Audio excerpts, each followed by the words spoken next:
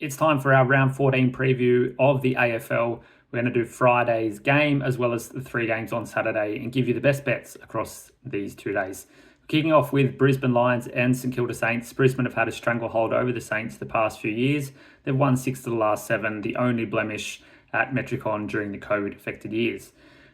St Kilda have tried hard to stranglehold their opponents, keep the scores down, bog down the corridor. But this will just play right into Brisbane's hands. They'll move the ball through their midfield, which have amazing handball capabilities, get the ball forward and score points. We're going to take the Brisbane winning margin between 1 and 39.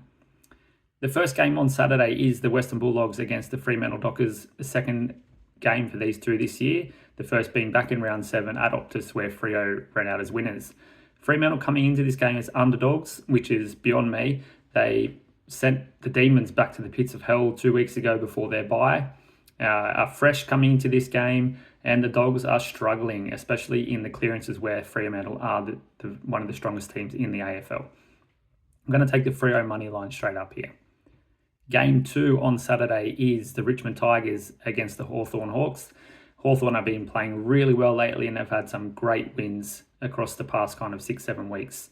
Now, Richmond are going to be celebrating Dusty's 300th game, and you question whether the motivation from the team will be enough to help them set their defensive structures and limit the Hawks' scoring. Hawthorn will obviously be wanting to spoil the party. I think this game will be a very, very close finish. I'm going to tip Richmond to cover the line, just in a bit of a heartfelt shout out to those boys. The last game of Saturday is the Adelaide Crows hosting the Sydney Swans. Now, Sydney are flying high at the top of the ladder, have only lost a one game so far this season.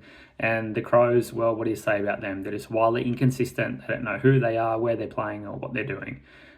Sydney were immaculate in their second half comeback against the Cats last weekend, and their stars are just on another level. Recent historical matchups between these teams suggest that it probably won't be a blowout, but Sydney are favoured heavily to win this game. We're going to take the margin 1 to 39 in the last game of the day on Saturday.